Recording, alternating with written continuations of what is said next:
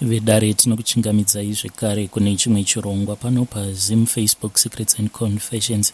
Tadzoka zvekare nemamwe maconfessions. Zvakangoma hazvo veduwe. Pane imwe confession yandiinayo, confession yandakakubatirai. Zvakangoma hazvo vedare. Makadi muri Zimbabwe. Ini ndauyawo pachanel yaMukoma Nash. Nedambudziko rangu randinaro. Ndiri mukadzi ane 39 years. Ndauyawo pano kuti muri yeZimbabwe mundibatsirewo. Ndiri munhu akakurira kumusha. Ndichichengetwa amai vangu vakangondizvara. Ndokubva vandipa gogo vangu kuti ndigare navo. Saka ndakakura ndichigara nagogo vangu. Tichigara kumusha. Saka ndaingoti pane dzimwe dzenguva ndaigona kungorota, dzimwe nguva ndichidya nyama, asi nyama yachona ndisinganzwisisi kuti nyama yei. Zvinhu zvaigara zvichingoitika mukati meupenyu hwangu. Dzimwe nguva ndomborota kana kuti ndiri kumakuva, titori pakati pemakuva akawanda ndichirota. Saka ndakazi zvaingoitika ndiri mudiki. Pandakazoti ndava ne12 years, dzimwe nguva ndaigona kumuka ndiri panze ndakashama. Saka ndakambotsanangurira gogo vangu zvaitika mukati meupenyu hwangu. Gogo vakati hazvitaurwi, usambotaurira kana munhu zvinhu zvakaita saizvozvo. Saka ndakangorambawo ndakanyarara nokuti ndanga ndaudzwa nagogo kuti hazvitaurwi. Saka mukurarama kwangu ndiri munhu aingoti dzimwe nguva ndaigona kungosangana nezvimwe zvinhu zvinotyisa, zvinodini. Dzimwe nguva ndichingofamba munzvimbo dzinotyisa, dzinodini zvokuti ndanga ndisingatombonzwisisi zvaitika mukati meupenyu hwangu. Saka mukukura ndichingokurawo ndakazongoti regaiwo ndimboendawo kuchechi yomweya. Saka takaenda kuchechi kuya nevamwewo vemasaizi angu. Tasvika kuchechi kuya pakazonzi nguva yomweya. Ndakabva ndangonongedzwawo ndikatanga kuprofitwa. Saka pandakaprofitwa ndakatanga kuudzwa kunzi imwi sisi muchikura paudiki hwenyu muchiri muchechi, ambuya venyu ndo vakakutorai vakati vazukuru vangu ini ndinozvigadzirira nhova. Vakabva vatora mushonga wavakakugadzirai nawo nhova, vakabva vakutemerai nyora pamusoro penyu, pakati pemusoro panotamba nhova.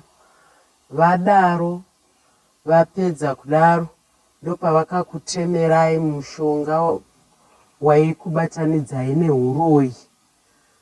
Zvekuti izvezvi dai zvaibvira maivevurwa musoro wenyu. Nyora idzodzo vanhu vazhinji vaitodziona.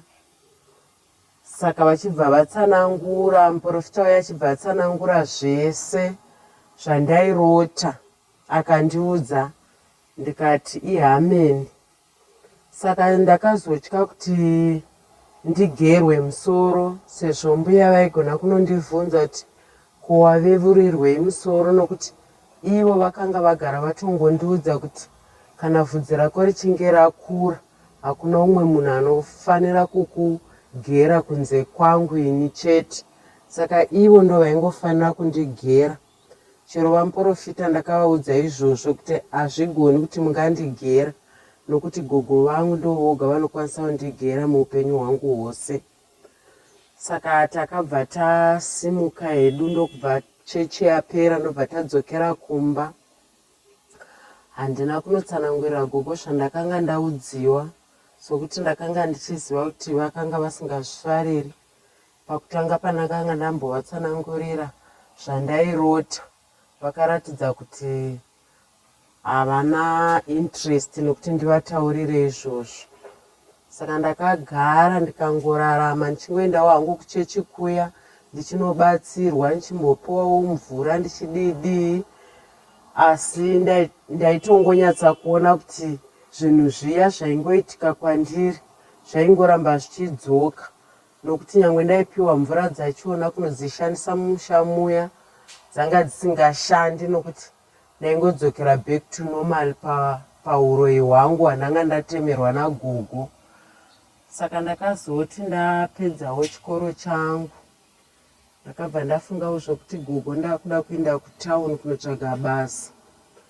Saka pakaita vamwewo mai vakati vaida musikana webasa vaigara kwaMutare, ndokubva vandidaidza kubasa, ndokubva ndaenda.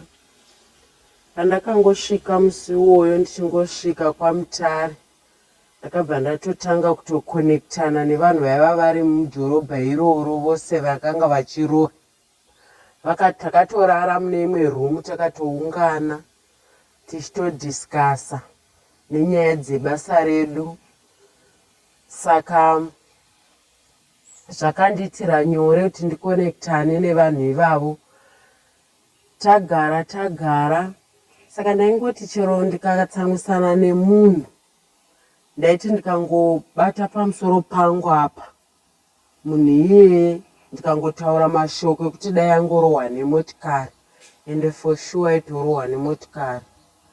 Saka ndakanga ndine mamwe mapowers ekuti ndikangobata panhova pangu apa ndichitaura mashoko pamusoro pemunhu, munhu iyeye unotochiona. Takagara ndichishandira mai Vaya. Saka ndaingoti kana pane vamwevo vaigara pamanext door vaiuyisa muriwo wavo kuzoisa mufiriji, ndaingogona kana kucheka chigumwe changu ndotanga ndambodonhedzera ropa rangu imomo ndozoisa mufiriji, ndosunga ndoisa mufiriji. Tikagara ndopandakazosanganawo nemukomana wangu. Mukomana wedu takangokonektana futiwo pachiroyi, nokuti aivevo ane zvakewo. Tichibva tadanana kusvikira pakuzoroorana. Saka taroorana paya ndopandakazosiya hangu basa ndakunogara nemurume wangu. Saka patakagara nemurume wangu akabva ati chimbohande kumusha kwangu. Ndobva taenda kumusha kwomurume.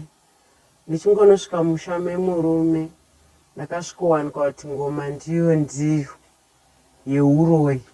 Saka hazvina kumbondinetsa kana kugamuchira kugara kwangu hakuna kunetsa, nokuti taingori semugurupu. Takabva tatosanganawo nevamwe vemuraini kumusha kwomurume wangu. Saka takagara ndichingorarama nazvo zvinhu izvi zvokutoti kana ndiri kudhorobha ndinda ndakatosarudzwa kuti ndini murovi wemakuva. Kana tikasvika kumakuva kuya ndinda inorova guva rovhurika, ndoenda ndonomira uko sasecurity unenge akatarisa. Saka zvese izvi takazviita kwenguva yakareba. Pagurupu rangu remutauni imomo mandaigara takazosvika pakuti jana ranga rava rangu rokuti ndiuraye mwana wangu. Ndopakatangira nyaya ipapo, nokuti ni mwana wangu ndanga ndisingadi kumuuraya. Saka vamwe vakabva vati hazvigoni kuti urege kuuraya mwana wako. Chiroyi chako chasvika panguva yekuti choda kusimbisiwa kuti udeurewo ropa rako. Saka ini ndakaona kuti zvinhu zvinondiremera. Saka ndakadhisaidha kuda kuti ndisiyane nevanhu ava. Saka patakataurirana kudaro takabva taudzana mashoko mamwe atakaudzana tichitaurirana. Saka ndo pandakatanga kufunga kuti regai nditendeukewo kune imwe chechi yanga iri mulokesheni medu. Ndafunga kudaro ndo pandakaenda kuchechi kuya. Saka shamwari dzangu padzakaziva kuti ndaenda kuchechi kuya dzakabva dzatevera. Vamwe vakatanga kundithreatena kuti wewe kuchechi uku wanga uchinotifumura uchitaura zvinhu zvedu, uchitaura masita edu zvakazodini zvikadini. toda kuendesa kumapurisa. Saka ndakabva ndavaudza kuti it's fine, munogona kuenda zvenyu kumapurisa, but inini mapurisa ndichavaudza chokwadi kuti vanhu ava taita zvekudai tichiroya tiri tese. Nyoka ndine ndinoichengeta, ende for sure nyoka yachona ndindaitori nayo, nokuda kuti ndakatomira kuti ndinde nayo kwamufundisi ndinopisiwa. Saka ndakangovaudza kuti kana imaenda kumapurisa, evidence ndinayo. Nyoka iyoyo yaichinja misoro yevanhu vemugurupu rose. Saka mapurisa zvaiva zviri nyore kuziva vanhu vose vaiva vari mugurupu, nokuti paunongotanga kuiona inotanga kubudisa picture yemunhu wose ari mugurupu iroro. Saka zvakavaremera kuti vaende kumapurisa. Vakatanga kuthreatena vana vangu usiku namasikati. Vaingothreatena vachitumira mazizi, vachitumira chii. Dzimwe nguva ndaigona kuti ndichingobuda mumba ndotosangana nenyoka kana kusangana neanything chinongoshandisiwa muuroyi. Saka ndanga ndisina zuva rekuzorora kunamata, nokutoti even pastor vangu vakatondiudza kuti usazorora kunamata, kutsanya nokunamata. Saka ndakararama ndichingodaro, mufundisi vaya vachingondibatsira. Mushure mekunge ndauya kwapastor ava, ndakanga ndambozviudziwa kumashure nemuprofita uya ukundiprofita kuti amai, zambuko renyu munhu achazama kukuyambutsai, asati apedza kukuyambutsai achafa. Saka iniwo nokutenda nokuona simba rakanga riri muchechi imomo, ndakangoti Mwari ndibatsirei. Saka takaramba tichingonamata, ndichingoita zvese zvandaiudzwa napastor, kuti tsanya uchinamata, uchidai. Saka mhuri yeZimbabwe, nyaya yangu yakandiomera pakuti handisina kana hama ichandida. Hama dzangu hadzichandidi,